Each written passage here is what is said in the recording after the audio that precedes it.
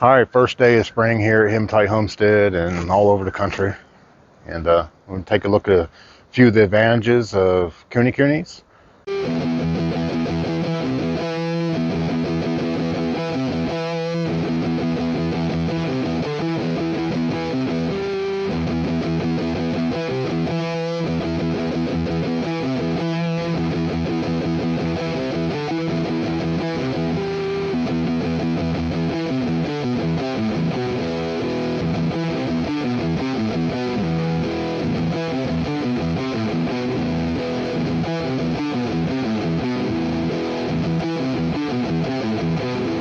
And we're going to start right here.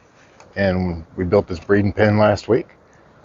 And so we had Hampton and Coco in here, and I'm pretty sure they got the job done. We showed you that in the breeding pen build video, and we'll do a pregnancy strip on her at the 4-week mark, and hopefully confirm that. And then just for trying things out, we took Coco out, put Poppy back in here. Poppy is our 4-year-old sow. Not sure if they bred or not. We don't think we caught her heat cycle. I am going to do a pregnancy strip on her at the 4-week mark just to see, but pretty sure she didn't get bred. I think we got a plan what we're going to do. We're going to separate Peaches and Sooner out of the girl pasture because we do not want them bred. They're too young for that yet. And when we take Pumpkin out and put her in the farrowing area, then I think we'll go bring Simon over here and let him run with the other big girls. And we'll let that take place for about a month, and we'll be certain to catch the breeding cycle of Poppy. And hopefully Simon can get the job done with her. That'll be Andrew, BH, Rebecca, Gina. And that's probably going to be Poppy's last opportunity. She's resisting to get bred. Usually she just makes the boars chase her around forever, and that's why we tried to make smaller areas where she can't really get away from them. She did have a litter back about 3 years ago, and it was only one piglet, and it didn't make it through the night, and that's probably mostly our fault. You know, we were new to it and probably made some critical errors. But the piglet wasn't right from the get-go. It wasn't like all the other lively litters that we've seen. It didn't want to eat. It didn't really want to move around any. And our experience with Pumpkin's 2 big litters that she had is they hit the ground running right off the bat. You know, after the first few hours of getting settled down from the stress of being born, and they're just running around like crazy. And Poppy's piglet never really did that, and something wasn't right from the get-go with that. And it seemed like Poppy also didn't want to let it feed, and not really sure what all took place there, but we're going to give her another opportunity and see what happens, and hopefully she can get the job done. We'd really like to see what type of piglets she can make, and it's probably going to be her last opportunity, and we'll have to make some plans for what the future for her looks like here. So what I wanted to talk about here was rooting. When we first got Kunekunes, we were told that they don't root, and let's make no mistake, a pig is a pig, no matter what breed they are, and they're going to root. So you can see up in here a little bit. Not so much when we had Hampton and Coco in here, but Poppy's a lot bigger, and maybe there wasn't enough grass, and they did quite a bit of rooting all around in this area. It's not terrible, but nonetheless it is rooting. We'll go here and take a closer look. Here's the area they dug up pretty good, and more over here, and they dug up a bunch of patches back here. So when they say the Kunekunes is a non-rooting pig, what they really mean by that is they're less prone to rooting. They're definitely probably the lowest rooting pig of other pasture-raised heritage breeds. And here's a few spots back here that they dug into. So that was one of the choices, one of the reasons that made us choose Kunekunes, because we don't have enough land to bring in a different type of pig that's more prone to rooting, and they pretty much act like excavators. We don't have enough land that we would be able to rotate them and recover the land quick enough to get them back in those areas. So that's one of the reasons we chose Kunekunes, and they're pretty good about it. Last summer we didn't really see any rooting at all, but the winter before that, the boys tore up their pasture so bad that I had to take the tiller to the whole thing and recover that. and ended up planting pumpkins in there and then letting them back in there after the pumpkin season was over. And plenty of grass over there now, and it's back in good shape.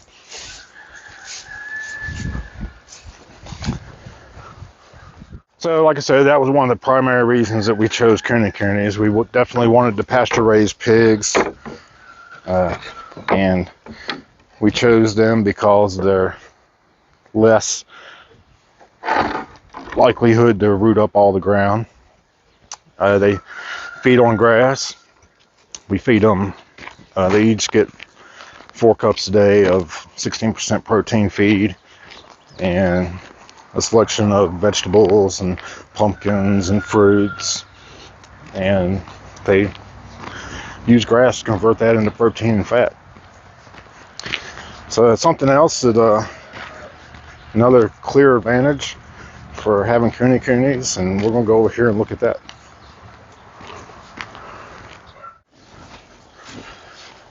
All right, Kelly and I are probably one of the few pig farmers that collect pig poo. And here we are in a big pile right now. This pile is about a year old, and I'm going to go over here and put the bucket on the tractor and get it turned over a little bit.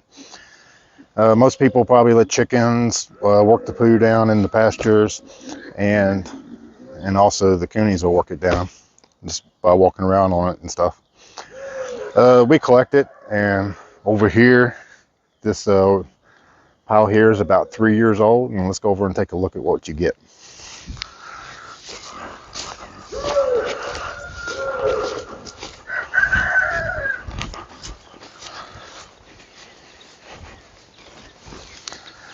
Yesterday I dug some of this out to take in the house and start seeding plants to plant in the garden, and this is about 3 years old, and look at that beautiful soil. Last year the intent was to use all this in the garden, but pumpkins and a variety of squash and some tomatoes volunteered in it and just took it all over, and I decided to let it grow, and those were pretty successful. So I took about a 5-gallon bucket in the house yesterday and seeded some peppers and tomatoes, and I put a couple of my 68-pounder Atlantic Giants in there. A little early for those yet, but I want to get started on that so that I can get one ready for the West Virginia State Fair in the middle of August. We won't plant the rest of them till May probably, I'm thinking. I didn't plant any of my good seeds that I got. I just used the 68-pounders, and I'm just trying to get a pumpkin in there in the state fair. So here's another look at the soil here.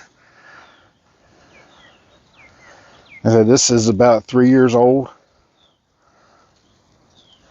and it's not just pig poo. We take the fodder from the gardens, the greenery that we pull out, it goes in here. We put leaves in here. Leaves is a really good composting item. Coffee grounds go in here, and you know, most of our vegetable scraps go to the pigs, but if you had that, it can go in here too. And I try and turn it over about twice a year, and keep it composting. And I was a little bit behind on this one. I didn't get to turn it over except once last year because of everything that grew in it. But I am going to put the bucket on the tractor and get this flipped over a little bit, and the intent will be that this will all go in the garden this year, and then we'll continue to work on that pile over there. I'm probably going to flip that over a couple times, and then we'll probably start, once all this is gone, we'll start a new pile right here, and then that'll be future garden material.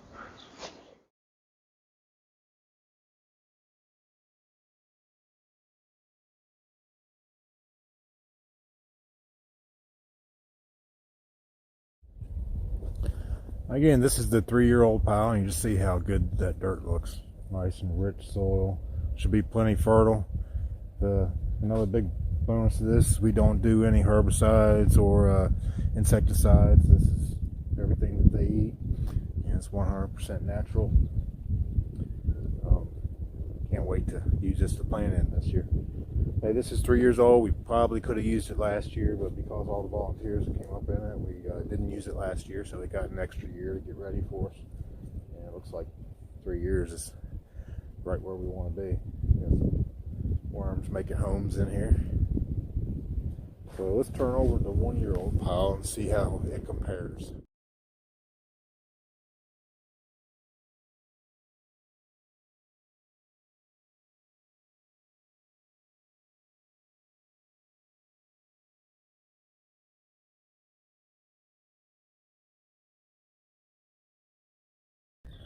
All right, so there is the 1-year-old pile. It looked had some decent stuff on the bottom. For the most part, it's still clumped up and has its full shape and form.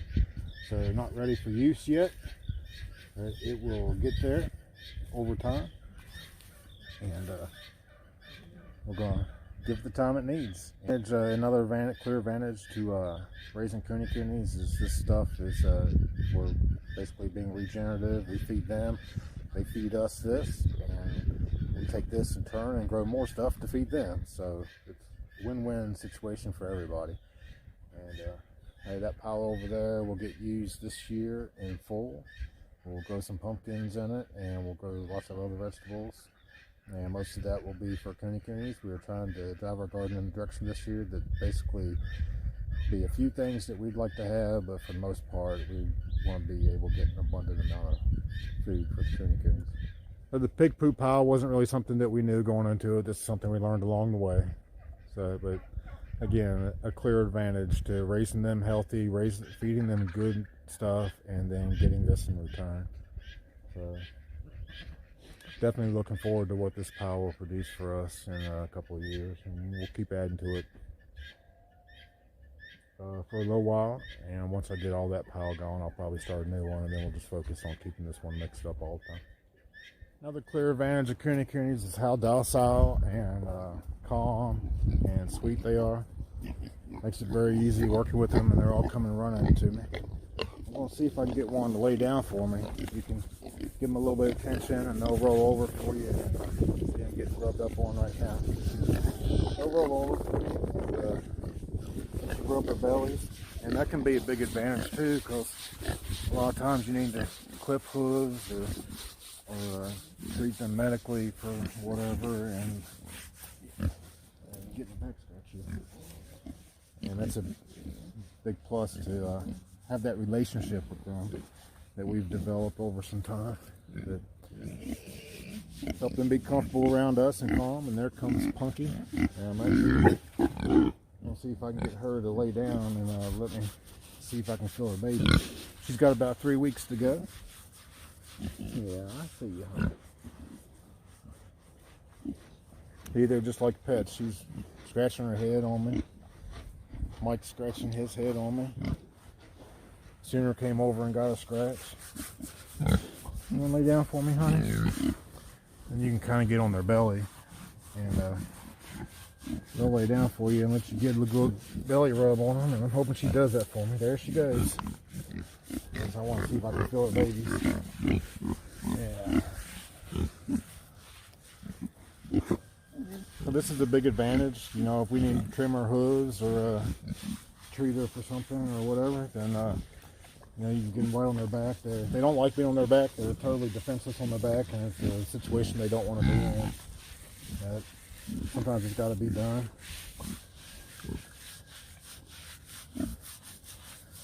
Now the boys don't do this so much anymore. The little boys still do, but the big boys, I guess they're too manly for it now. They won't let you rub on them. So let's see if I can feel any babies in there. She's got about 3 weeks to go.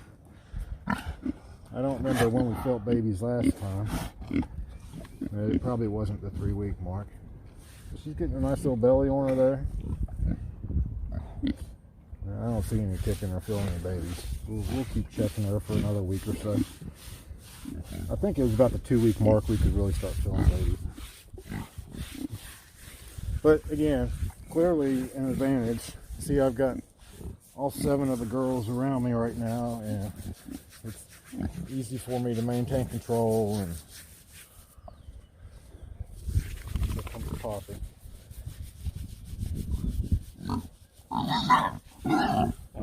I'm just now talking about how easy going y'all are, and y'all gonna fight. Yeah, Punky is probably the sweetest of the bunch. Always has been. Very laid back and very easy going. Poppy's chasing poor Punky around. Poppy's been in the breeding pen for about a week or so, and she got to come back over here and establish who's the boss. Mikey's scratching his nose on my leg. Mikey's a burro, and we intend to process him later this year. That's the current plan, always subject to change. He's not near as big where we want him to be yet. He'll be 2 years old in a few months. Now we might want to give him some more time. We'll have to see where he's at the 2-year mark.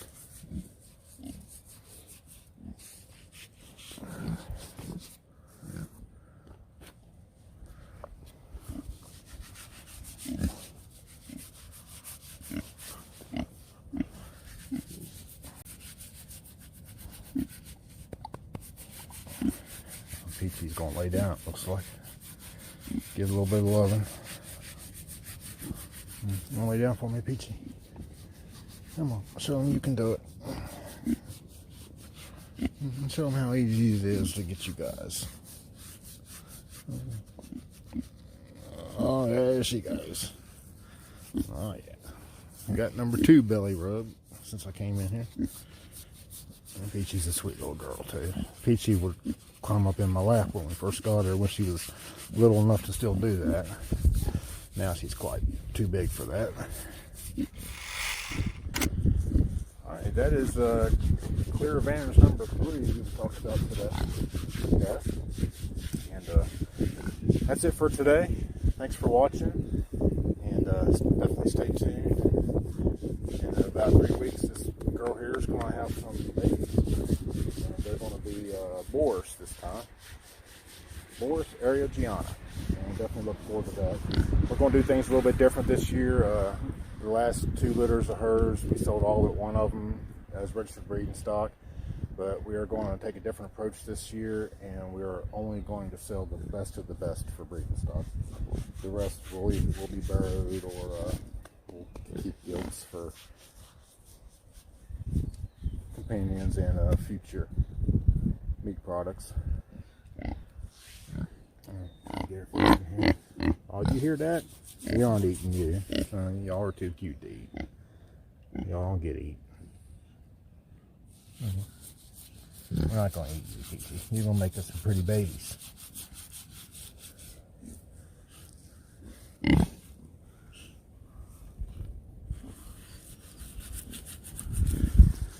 Alright, thanks for watching, and as always, if you like what we're doing here, hit that subscribe button, and in a couple weeks we'll have, hopefully, we'll catch the birth of these piglets on video, and we'll see you next time.